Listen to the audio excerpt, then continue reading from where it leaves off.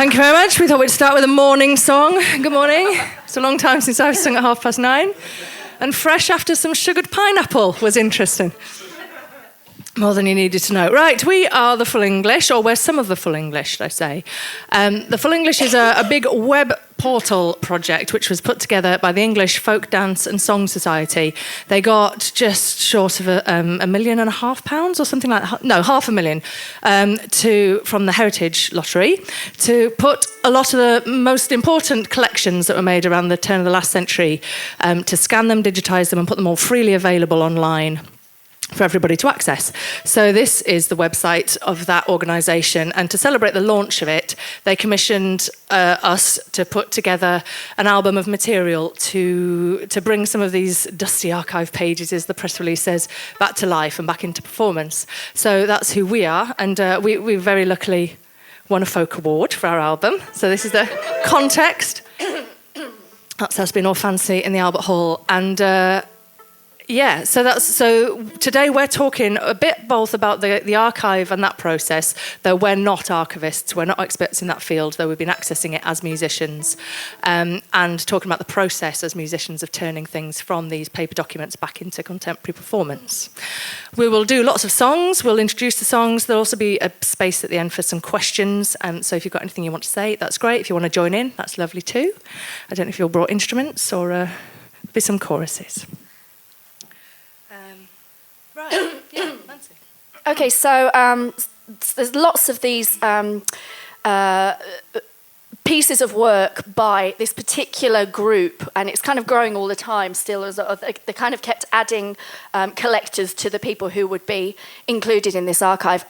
So some of the collectors I really knew a fair amount about because I had learned songs from their collection. But my way into the portal was to look more closely at one of the collectors that I knew about.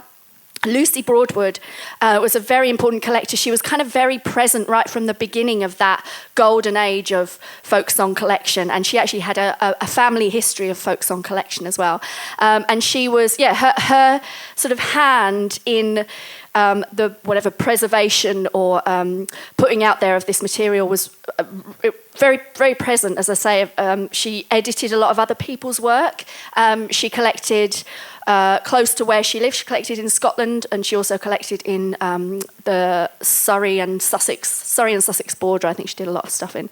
But she also collated other people's collections, and she edited the Folk Song Journal and was secretary of the Folk Song Society. So she's this incredibly active, powerful woman right from the start of that golden age. And I knew her because of a book that I had, that my family had, English County Songs, which I was quite interested in the sort of geography of it. So that's one of the things about the Full English collection, is you can search by place as well as name or any other person. Lucy Broadwood, she collected this song, and one of the other things I was really interested in, it was not just using it as a way of learning songs in a kind of pure sense and trying to perform them in a way they would have been performed, but using the music or the words or whatever people had found in the field as a kind of springboard for composition of new stuff. So this song kind of illustrates a little bit of the lack of purity about the way that I've gone about looking at the archive. So it's a set of words that Lucy Broadwood took down in the field, as it were, in Sussex, in Amberley. And it's a quite ubiquitous song. It's called the Servant Man, or the Daughter in the Dungeon. It's quite connected to quite a lot of other songs called things like Locks and Bolts or True Love Denied. It's a kind of forbidden love story. Anyway, so the words came, there they are, came in this form, this lovely kind of very, sometimes really reading the handwriting is a massive challenge. So, this one was fun. A lot of them were quite a lot of fun. But it suggested, because there was no tune with it, it suggested a tune. So looking at the rhythm of the words, reading the rhythm of the words as a song, but in this form, suggested this tune to me. So Lucy Broadwood's collected words from Amberley and my tune. It's called The Servant Man.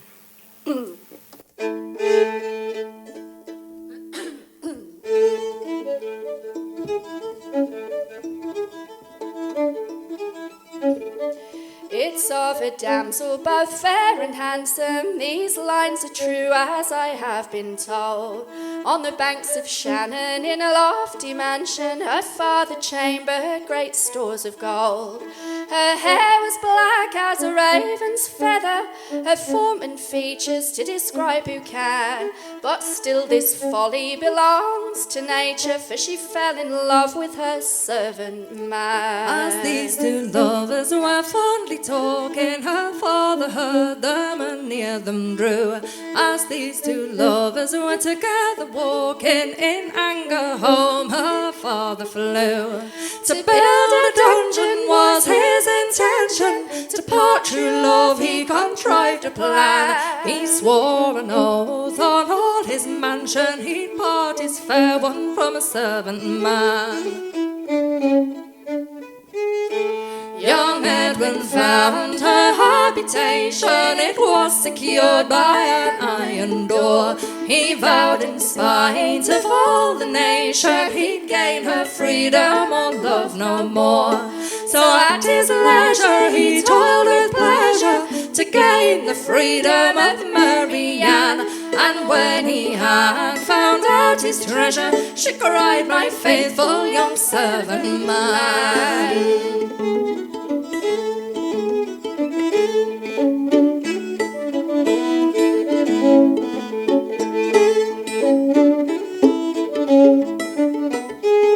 When her father found that she was vanished, then like a lion he thus did roar, saying, from old Ireland you shall be banished, and with my sword I will spill your gore. Agreed, said Edwin, I freed your daughter, I freed your daughter, do all you can, but forgive your treasure, I die with pleasure, for the one at fault is your servant man. When her father found him so tender-hearted, then down he fell on the dungeon floor, saying such true lovers must ne'er be parted, since love can enter an iron door. So soon they're one to be parted never, they roll in riches as couples can. This fair young lady delights in pleasure, contented with her young servant man.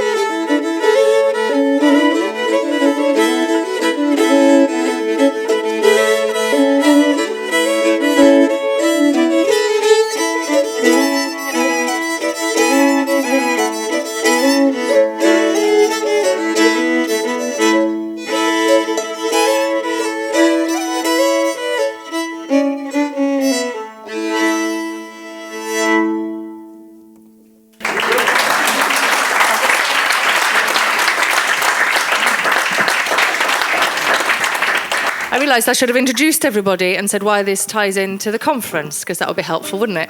We're not just doing a gig. So I'm Fay Hield. I work at the University of Sheffield. We have a strong presence down in Cardiff. It's like Sheffield on sea, isn't it? It's lovely. So I work in the music department there, and I'm also a musician. And over the last year, Nancy and I, this is Nancy Kerr. We've been involved in a AHRC Connected Communities project called Transmitting Musical Heritage, which was looking at various community groups. There's a lot of our projects here this, I want to say weekend, because that's a festival, but you say festivals, isn't it? But this week. So, yes, lots of our other elements are here. This project wasn't officially part of that, but because Nancy and I were working on that as part of the Soundpost Fiddle Weekend, we were doing this full English concurrently, and a lot of the same themes were crossing over. So that project was looking at various senses of heritage and musical heritage and identity and associations with England and nation and place and history and taking things forward. And it hadn't occurred to me that this was also part of that, but hugely, obviously, it is. So that's me and Nancy, and because we were doing that, we've dragged everybody else in. So we also have Rob Harbron, England's the world's finest English concertina player. And Ben Nicholls on double bass and vocals is also a fabulous musician. And so this is us. I'll hand you over to Rob. Thank you. So the big challenge for a traditional musician really is that obviously traditional music is transmitted by ear. We learn stuff by ear. We learn both repertoire and also style, that all the stuff you do beyond the tune by ear. And you often don't even realise you've learnt it. Traditional players, it's not a form of music where we study technique a lot, but traditional musicians have usually incredible and quite specific technique. So that's a sort of tricky thing for a traditional musician. But with relationship to this archive, it's particularly difficult because they wrote it all down. There wasn't very much recording available in 1908. So you're confronted with a tune that, Cecil Sharp sketched or something. And the tricky thing for the player is to take it off the page whilst sort of remaining true to its essence, but without taking that transcription too literally. So if you see a piece of classical music, it has every bit of phrasing written in, dynamics, articulation, bowing, everything you could possibly, need to know. Traditional music's not like that. If you have anything written at all, it's just the dots, just the outline of the melody. So what you have to do is sort of step outside of someone who's used to reading the dots and interpret what's written. So the brilliant thing... have we got the... Yeah. So the next tune we're going to play is a Cotswold Morris tune called William and Nancy. And that's the form, that's collected by Butterworth in Oxfordshire, or the sort of Oxfordshire-Gloucestershire border. And Sharp collected it as well from the same guy. Didn't write it down quite the same. It's actually a lot easier for the player to sort of be freely interpret that writing than if it was printed out, typeset and it looked all formal. So this is what we'll do. This now is our sort of playing around with this little tune. And the next slide as well shows that's Butterworth's sort of setting of it for piano. That's the form he imagined it going in. We haven't quite gone with that, but it's not that's sort of the classical settings of traditional music that Butterworth and Vaughan Williams and the like did. They were pretty close in a lot of ways. So we'll try and let those two worlds meet again.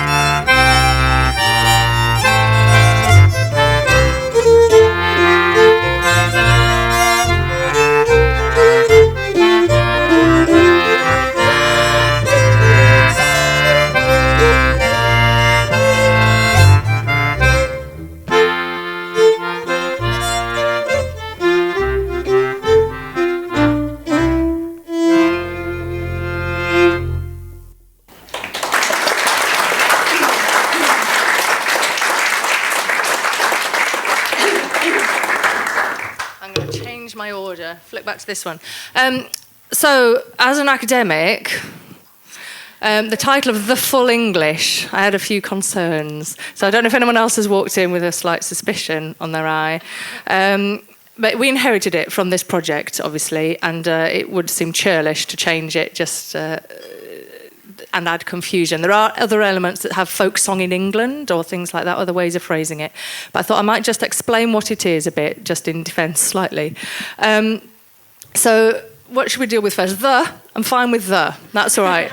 We can move on. The Englishness, it's interesting because it is put together by the English Folk Dance and Song Society. They were very concerned with England and preserving an English tradition, but they were also very concerned with regionalism, perhaps more so than a national body, really. The individual collectors were working very locally, so a lot of their collections are in specific areas and places. But it's pulled together in this big way. But the collectors also, as Nancy mentioned, went up to Scotland, did collecting up there. There's some from Ireland, there's some from Wales. Wales has got quite a small body of collected materials, particularly in here. There is more, but I've heard there's an organisation called TRAC, which is basically the Welsh equivalent of the English Folk Dance and Song Society, and they're keen to do the full Welsh next. So if anyone has any information, do pass it their way. So that can happen, but there is this other material in here. The collectors also went over to the States and collected in North America and in Canada as well, collecting immigrant communities over there, and over into Eastern Europe too. There's very little collected of people with roots from elsewhere living in England. It's always trying to get to the roots of English music in this particular collection. So is that enough about Englishness, do we think? So I don't know, we're quite aware to try and represent Englishness that we're not trying to get back to this kind of purity of Englishness. We as musicians view it very much as a hodgepodge of stuff coming in and are quite happy introducing our own contemporary compositions as well into this. But that's one thing going on. And then the fullness as well. I have a real problem with that, suggesting that this is a complete collection, a bounded thing. And I can see why they're doing that for the funders. You know, you need to make sure you're doing something comprehensive. But it's really not, and that's not the nature of tradition, obviously. So what it is, it started with 7 collectors. These are the main collectors in the collection at the moment. So you've got people like Cecil Sharp, who are your key movers and shakers, Ray Vaughan Williams. But then some of the slightly smaller ones, Harry Albino. He's not one of the greater names, but he's got a couple of sketchbooks there, and they're mostly just the really rude, crude songs that you couldn't really do ever. But it's nice that he's in there, so that's good. So there's a lot of other collectors as well that haven't come into their radar, and there was a lot of other material happening at the time that wasn't collected. There's a lot of stuff that happened before this period. This is a real golden age. So this is really a snapshot of that social group of people who pulled together that society. So if you view it in those terms, that's fine, and that's absolutely fine. And what they did was brilliant, and the fact this is here is brilliant. But I'm starting to get more and more problems with now that this is viewed as this is what English tradition is, and that people tend to place anything else in relationship to this, and it's judged on these terms. So our notion of English traditional music is now formed by this, and it's not their fault, we're doing it, but that's still kind of happening. So I don't really have any answers to that, but we're aware of it. And the next song is slightly to address that. Where were we? So yes, I was quite keen to make sure this went on the album. It's a song, it's a poem, a dialect poem, written by William Barnes and set to music by Ray Vaughan Williams. So Vaughan Williams is in the archive, he's in the collection, he collected folk songs, but he set this contemporary written poem to a tune he'd composed himself before he'd really discovered folk music. So this is not folk music, and it's not in the full English, but I just wanted to keep that door open to the possibility that it could expand a bit. So this is Lyndon Lee.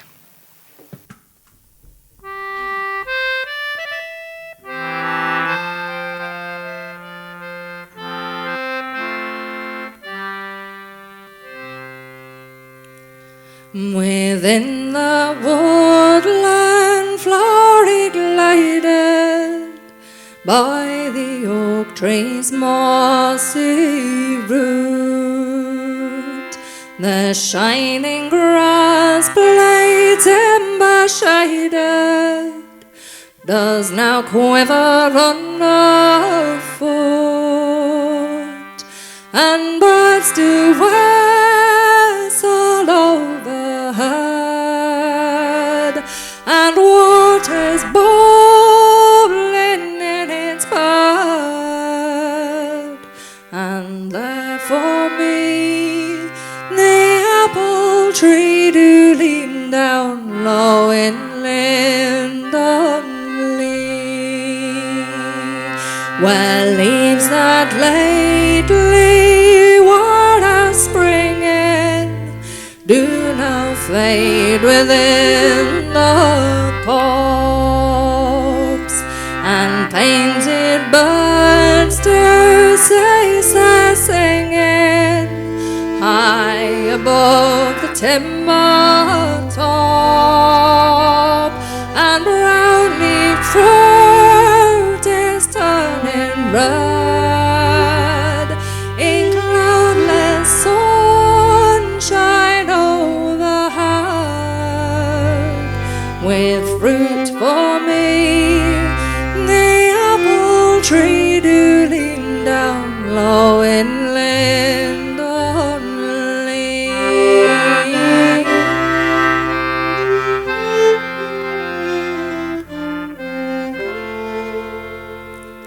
Let all the folk make money faster in the air of dark room town. I do not dread a peevish master, though no man may heed my frown. For I be free to go abroad, or take again this homeward road, to where for me the apple tree do lean down low in Lindon Lee.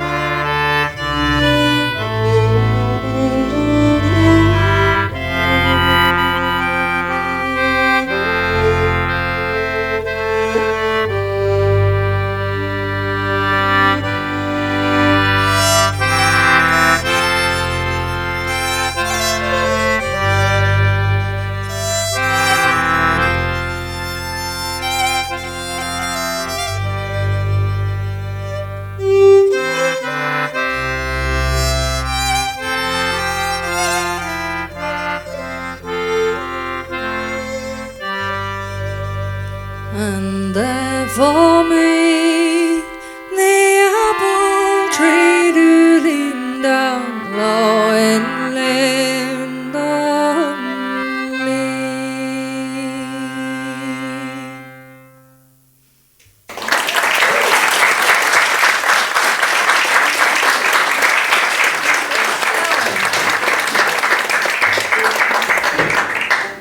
Thank you. So as well as the huge volume of folk song that was collected by a lot of these collectors, some of them were very interested in traditional dancing, particularly the sort of ceremonial Morris dancing and all the rest of it. So particularly Sharp and Butterworth were really inspired by this. George Butterworth, sort of known as a minor composer, was also a fanatical Morris dance hunter. He published a book called Diary of a Morris Dance Hunter, and he was a good dancer. You can tell there's some footage of some early Kenora spools of.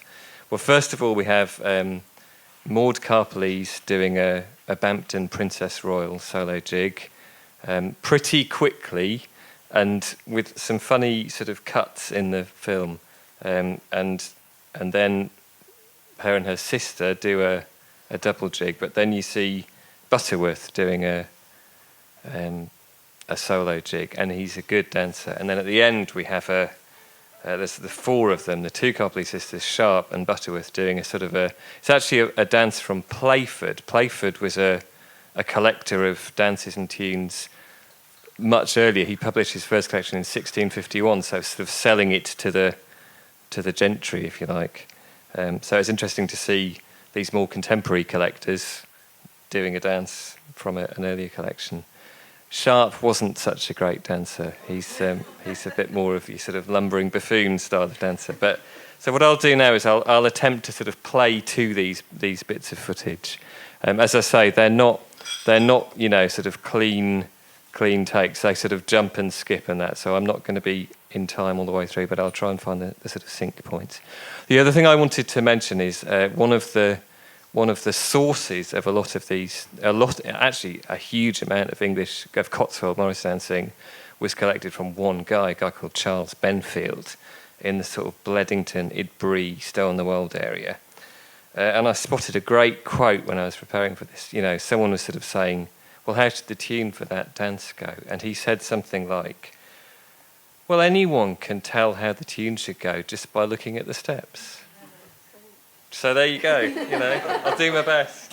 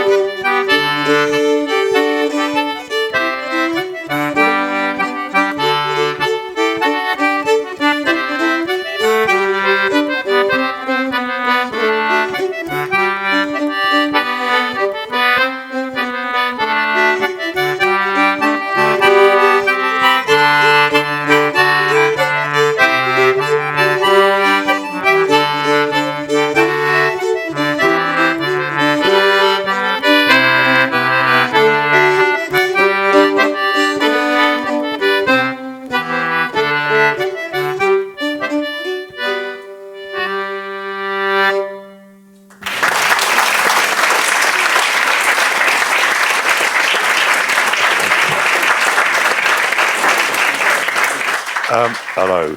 So one of the interesting things for me has been, if you look in this archive, there's tunes which you know a version of. And then when you look in the archive, you suddenly find out, oh, actually there's loads of versions of this song, all slightly different. And the next one we're going to do is Rounding the Horn. Now, the most famous version of this, which is the one I originally knew, which was done by A.L. Lloyd and Peter Bellamy, was collected in 1907 by Anne Gilchrist. And that's the version that's in the Penguin Book of English Folk Songs. So it's become the sort of standard version of it. Anyway, I found out that Anne Gilchrist actually collected another version, which was in 1906, which was collected in Anglesey. So I looked through this song and suddenly realised the most common version, the song is about a ship that's sailing out of Plymouth. This Anglesey version is about a ship from Portsmouth. So being a South Coast boy, it suddenly had a bit more resonance. Anyway, I then looked a bit further into it and found out that there's a whole list of different ships and ports, all the same song. They all keep the standard element, which is the kind of Mixolydian tune shape, and the fact that it's about a ship going round the Horn, stopping off in Valparaiso to visit the local girls, effectively, which was a fairly standard thing at the time. I think if you were going from the Pacific to the Atlantic, that was the sort of staging post. Anyway, so the list of ships, and these are just ones I found with a quick look, was the Conway, the Amphitrite, the Garibaldi, the Comrade, the California, the Hero, the Convoy, the Cornwall, the Cullen Wood. And ports with Portsmouth, Plymouth, Liverpool, Bristol, Boston Harbour. And so it's interesting because it was collected by different people in different places. Cecil Sharp collected it twice, once on an American warship in 1915, which was the Boston Harbour version. He collected it again in Bridgewater in Somerset, and there's loads of different versions out of Ireland. So it gives the song quite an interesting history, which if you then look into the nature of the sailors on ships back in the day, I mean, they were from all over the place, literally. I mean, I've been researching the South Seas whaling trade in the kind of 1820s, and those ships would just be, even the ships coming out of England they'd have an English crew, but the Nantucket Americans were the best at whaling, so the top 5 crew, the captain, first mate, and the rest of them would be Americans who were shipped over. The rest of the crew would then have been picked up on their way around the world. So there might be some Maoris in the crew, Americans and Portuguese. So it's not surprising these songs just kind of spread out. People customised them to the ship they were on. The other interesting thing was looking into Anne Gilchrist.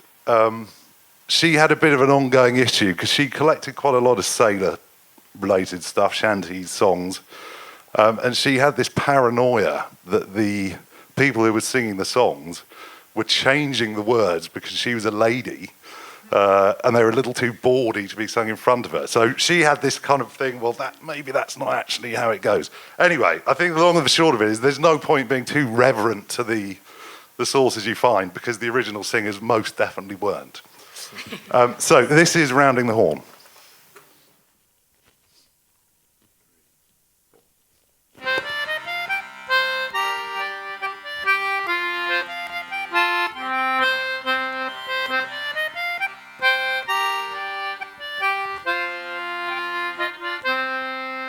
A ship she's called the Conway, she's a ship of great renown. She's lying now in Portsmouth, that beautiful town. We received our orders when we were far from home. At first we were bound to Rio and then around Cape Horn. When we got to Rio, we waited there a while to freshen up our rigging and bend our new sails on. with our hearts as light as a feather, we all got underway and steered our course straight for to Valparaiso Bay.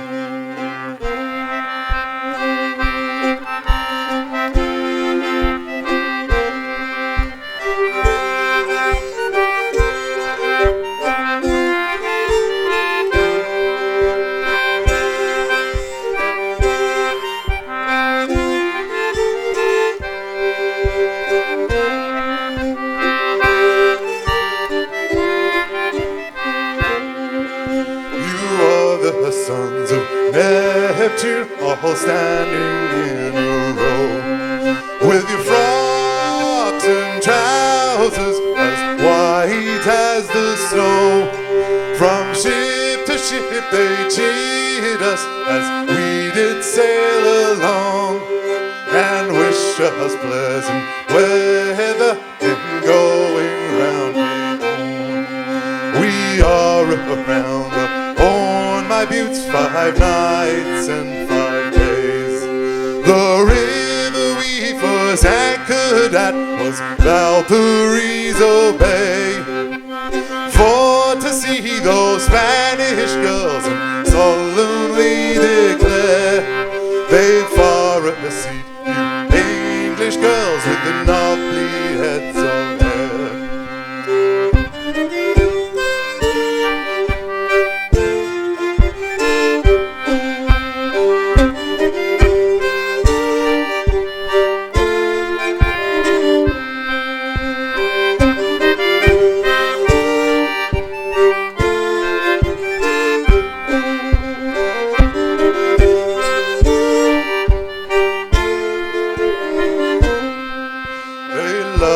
A British sailor, fair-hearted and good mind.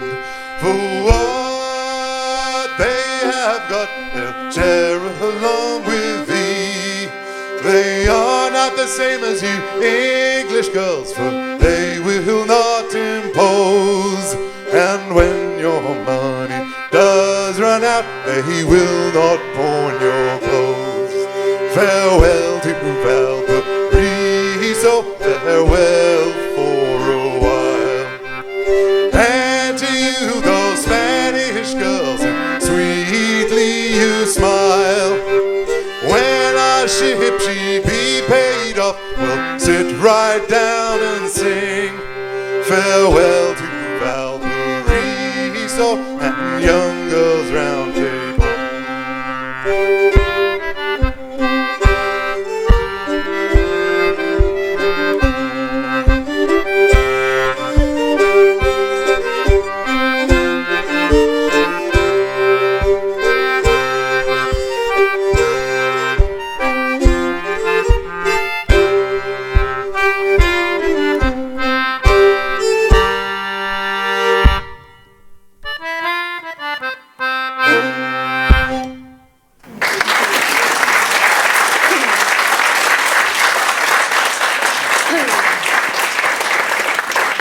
Thank you.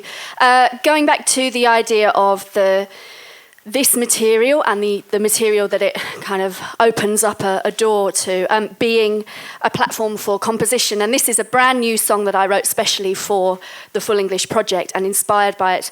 And really, the song tries to look at a lot of the dualities about the idea of collection and this particular period, and just the idea of traditional song, really. So you had many meetings, you had collectors meeting singers, and I was really trying to get back to the idea of the stories of the people who sang the songs, not just the people who happened to write them down. But so you would have a collector meeting a singer. That would be a meeting of different worlds. It would be a sort of meeting, certainly of classes. So you'd have wealthy and middle class educated people meeting the rural working class of England, of Britain. So that was that interesting kind of meeting, and also the sense of preserving something, preserving it truthfully or not. And you also had that sense that the Industrial Revolution was really about to change everything, and the war was about to change everything. And so there's a sense of lost rural identity. So this song kind of tries to look at that. I live in the city centre, you know, I don't have a farming kind of sensibility. I don't really have a rural sensibility, except that I do, because I think we all do at some level. And so I think I was looking in this song about how I use traditional song to sort of contact that part of myself, the kind of rural person who is in, you know, a bit in tune with the seasons or is aware of what's happening in the green parts of the British Isles. So this is about Joseph Taylor, and he was a very particularly skilled singer. I mean, going back to what Rob was saying about how the technique in traditional music is sometimes invisible or at least not necessarily formulated. But Joseph Taylor's singing was extraordinary. It was highly decorated. It was pitch perfect. And in fact, he won many song competitions in North Lincolnshire, which is where he was from. Percy Grainger and Vaughan Williams and some other collectors all basically fell very much in love with his voice. So this song talks about Joseph Taylor, his melodies and the imagery in his songs, and how I kind of carry that as a city person. So it's called Fol the Deo.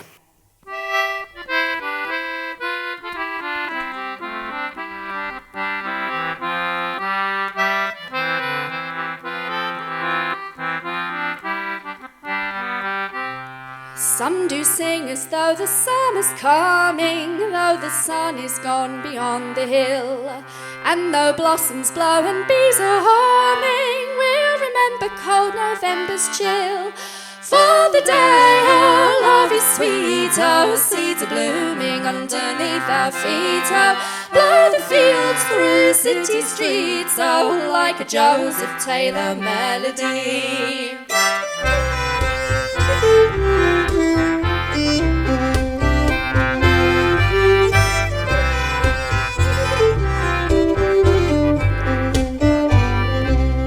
Some do leave their gardens wilder growing, others rule with bed and boundary. For the walls and fences frame our knowing, and the meadows grow our liberty. For the day our love is sweet, our seeds are blooming underneath our feet, oh, blow the fields through city streets, oh, like a Joseph Taylor melody.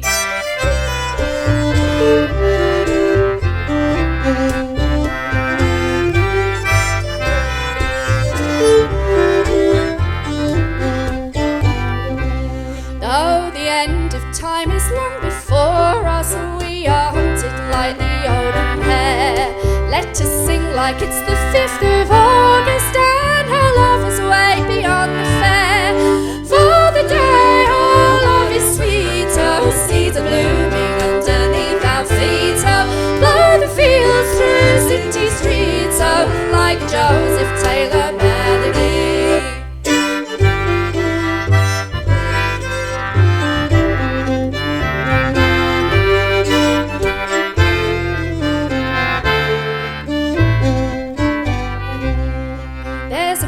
Stone above me sleeping, there's a turtle dove upon the wing. There's my garden grown and willow weeping, now I hear Bo Joseph Taylor sing. For the day our love is sweet, oh, seeds are blooming underneath our feet, oh, blow the fields through city streets, oh, like a Joseph Taylor melody.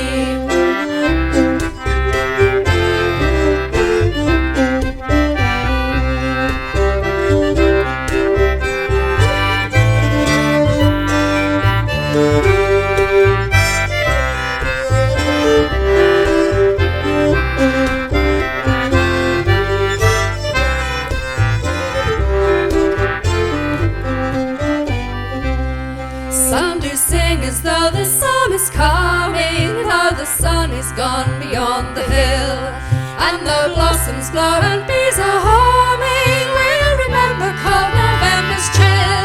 For the day our love is sweet, oh, seeds are blooming underneath our feet, oh, blow the fields through city streets, oh, like a Joseph Taylor melody. For the day our love is sweet, oh, seeds are blooming underneath our feet, oh, blow the fields through city streets, oh, like a Joseph Taylor melody.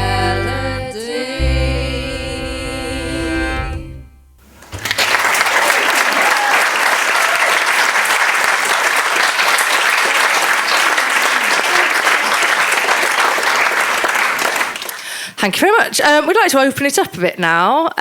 Partly I'd quite like to show you the archive and how it works and how you can search it. Because I'm very aware, us being musicians, we've got this out of it, but the whole point of the thing was that it would be useful for an awful lot of people in loads of different contexts. They just had a massive schools project in Birmingham with, I think it was 400 schools taking part, and so all these kids had accessed it and learned lots of things. So I don't know if there's social historians or whoever you are, whatever you do, what might you be able to do with the archive? It's interesting. So I might go back to that and show you how you can search it, but also very happy to take questions from you on anything. We don't promise to know the answers, but we shall try. So I don't know, do you want to fire some questions out while I look at some websites? I just want to say I thought that was great. Thank you very much. Have a nice day. So can I just say, that piece was awesome. That's amazing. You created that out of something that is then gold of archives. That is so amazing. And I think I'm going to do that when I go back home. I never thought about that. It's just amazing. Really awesome. How long did it take for you to... It took you about 30 seconds, didn't it? No! We had a rehearsal. Martin Simpson and Seth Lakeman and Sam Sweeney are three other members of this group who've worked on all the compositions as well. And Martin, Nancy and I had a rehearsal one day and we looked at loads of Joseph's repertoire. Joseph on first name terms now. Well, you do. You look at their faces long enough, don't you, and hear their voices like they're old friends. And Nancy, by the time we'd finished the rehearsal and I'd left Martin's house and got home and Nancy had got home, must have been 10 minutes, and then she sent me this email with the lyrics. But I'd played this music. In fact, we'd played a song called Brig Fair, which is one of the pieces that Joseph Taylor was most famous for. And it's a very intricate, beautiful piece. It's also the first recording ever made of English folk songs. This is it. I mean, this is a written archive, but of course it sparked things that we knew that were out there that were listenable. This is not a listening archive, but there are recordings out there. So this was kind of bringing the truly oral stuff in to the written stuff. Yeah. So I find it. I mean, one of the things as a writer that I'm reminded of, and the same thing that Ben said about the pliability of the material and the fact that actually people were not just singing stuff and they weren't just replicating stuff, they were also changing it and they were also composing. So for me, composition sits totally naturally in among this, but it might not at first glance be obvious, you know. Yeah. So, yeah. It's actually it's a whole other area in there. It's like using traditional material as the starting point for composition. And I did one of these school projects that Fay just mentioned, the school in Bristol. And we got all these year 8 kids, you know, playing melodians and banjos and stuff, taught them a few tunes, and then used a lot of folk tunes have the same sort of structure, phrase, answering phrase, first phrase again, sort of variation on the answering phrase, you know, simple structure, but it's a great way of getting, you know, from nothing to a tune in not very long. It's great. Have you got a phrase of Joseph Taylor's voice that we can hear? Have you got it on your lap? I've got it on my phone, I think. Yeah. So this was actually released as, was it Authentic Peasant Song? Is that what it was described as in 1908 or thereabouts? So he sang it into a peasant folk singer. Peasant folk singer, yeah, that's right. Yeah. He was a farm bailiff in North Lincolnshire. You got it, Have you Andy? got it? We'll take another question while he's finding that. If there is one. Yeah. For me, it's lovely that you take it back to song, because it feels like if it's just words, it kind of loses something, because it is about that interaction and taking it back into... And because folk song was always so transgressive, I'm kind of thinking about all the border ballads in Northumberland, you know, and the way that they were used to kind of undermine the dominant religion and all of the stuff around women in those. And The act of singing, the act of performance is quite central to it, and that's why they wanted to do our element of the project and not just put it up there. And I think in various other projects that we do, we're all very keen to bring music back into people's behaviour and that it's not just some consumptive device. So I mean, yes, there were people who viewed it as, there were collectors like Child who viewed it really as like the ballads as lyrical poetry and not necessarily having that music part, but I actually think the presence of the music is sort of, it's part of that, and it's part of that transgressive other sense as well of it, so yeah. This is the album track. Oh, yeah, yeah. The timing's changed a bit on it.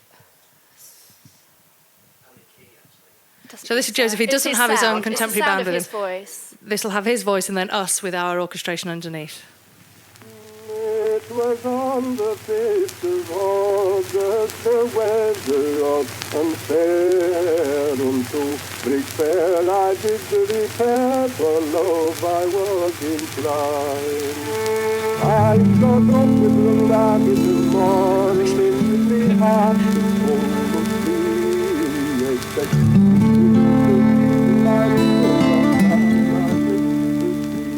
Can I do a search then? Oh, sorry, George. Yeah. I really loved that track on the album because you talked right at the beginning about the lack of purity that you sort of took towards the archive and how you played around with things and sourced them differently. And I love the act of sampling that was in there, and then the way in which there was that very straightforward juxtaposition of the old with the new there, and the crackly sound of it all and so on. But that wasn't my question. My question is, Harry Albino, you talked about him with his rude, crude songs you couldn't really perform, and then you all laughed together because you know what these are, these terrible, terrible songs. And then I was interested in the unperformativity of national identity or something like that. And what was it about Harry Albino's songs that are so unperformable? It's a really silly one. Well, it's odd. It's the crassness. Because I love a murder death ballad. There's no limit to me to the hideousness of songs or the rudeness of songs. But they're just... It's that kind of titillating, but it's kind of the Ken Dodd, really, of folk song, I suppose. I don't know. I couldn't bring myself to sing that in front of people. And I can imagine contexts where it might be seen as funny, but it's not funny enough to be funny, but it's not... and there's reams of it. It's like, ooh, the ankle, ooh, the knee, ooh, the thigh, ooh, ooh, ooh, but it never actually gets there, so it's not worth singing, yeah. I don't know. Can I do a quick little example? Because the problem with us is that we've got all this gear to get out as well before the next session starts. So I'd really like to show you the thing. So if anybody's got a search they want to do, and then we'll try and get out as fast as possible. Is anybody interested in anything in particular? Yes? Songs about farming. Okay. So in the simple search, you just type in farming, whatever, anything in there. And you get all these. So these are each individual scans. These are this is a Lighthouse farm, and then places, the year it's collected, where it came from. Oh, sorry, the singer, where it came from, the name of the collector, the Roud number. Now Steve Roud, he's catalogued. He's basically indexed all folk songs, and any song he finds, he gives it a number. So that's a fascinating system to get into if you're interested in this. So you can find any song with that number and you get 50 different versions of that song. It's a way of sorting it all out. And then you get the scan. And these are the items that we work from. And you'll see all these have come up for farming. You can flip through them. And then you go next, because that's okay. And there are 58,000 scans in here so far. So it's not one you just flick through of a weekend. It is actually. Well, it is, I suppose. Depends on your weekend plans. For your advanced search, if you want to go into the field, so if you're looking at a particular place, I'm from Keighley. So just type Keighley in and hope that something comes from Keighley. Yes, we're very cultured in Keighley. So you have these two, it looks like. Yeah, two collections from there. Accounts of Mummer's Plays. Accounts of Mummer's Plays, perfect. So you can do songs. There are documents. Songs, dances, plays. There's diaries as well. So the field notes and things from the trips to the States are great. So yeah, in terms of social history and things like that, it's incredible. I don't know, should we do our final song and then go? And then we'll be kind of hovering around. If you'd like to ask any more questions, do, please. We could talk all day. That's the problem. I will get them up. It says...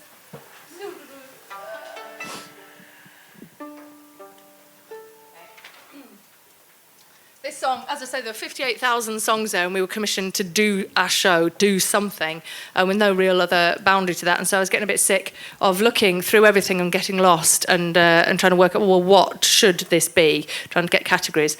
And we should be doing new things, but this is all, and I don't know what we're supposed to do. And then I found this song. It's called The Man in the Moon, and the first verse lyrics just kind of summed up my panic of the day. And the lyrics are as they are there. I haven't written this to represent the experience, but it does so well. And it's part of that kind of music hall culture time.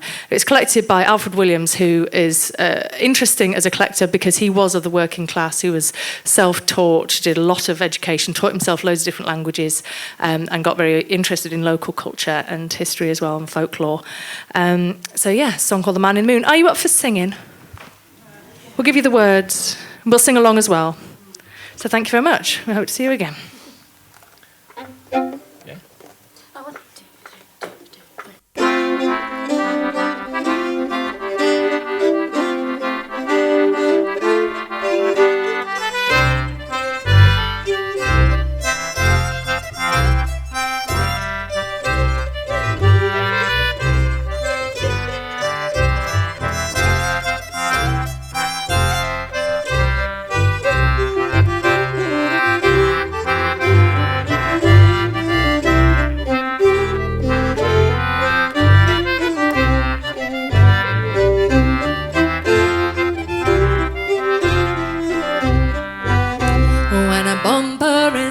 It is vexing, no doubt, to find when you rise that the wine has run out.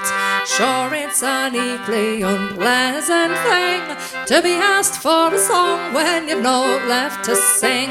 I could sing something old if an old one would do, but the world it is craving to have something new.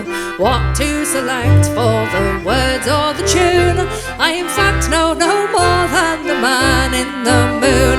The man in the moon, a new light on us the rose. He's a man we all talk of but nobody knows. And though I subject I'm getting in tune, I'll just sing a song for the man in the moon. 'Tis said that some people the moon struck we find, but the man in the moon must be out of his mind. But it can't be for love, for he's quite on his own. No ladies to meet him by moonlight alone. It can't be ambition, for rivals he's none. At least he is only eclipsed by the sun. But when drinking I swear he is seldom surpassed, for he always looks best when he's seen through a glass. The man in the moon, a new light on us the rose. He's a man we all talk of but nobody knows. And though I subject I'm getting in tune, I'll just sing a song for the man in the moon.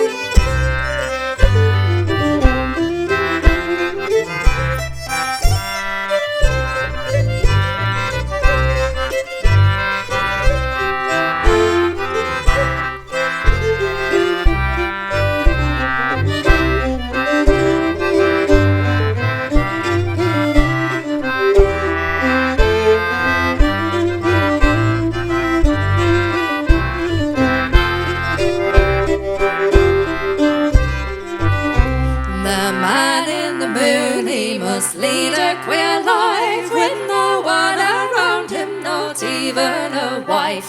No friends to console him, no children to kiss, no chance of him joining a party like this. But he's used to the high life, all circles agree that none move in such a high circle as he. And though nobles go up in their royal balloon, they're not introduced to the man in the moon.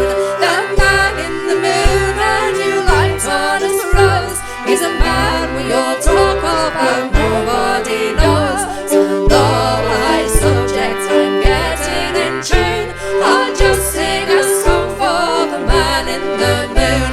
The man in the moon, a new light on his rose. He's a man we all talk of but nobody knows. And though I subject I'm getting in tune, I'll just sing a song for the man in the moon.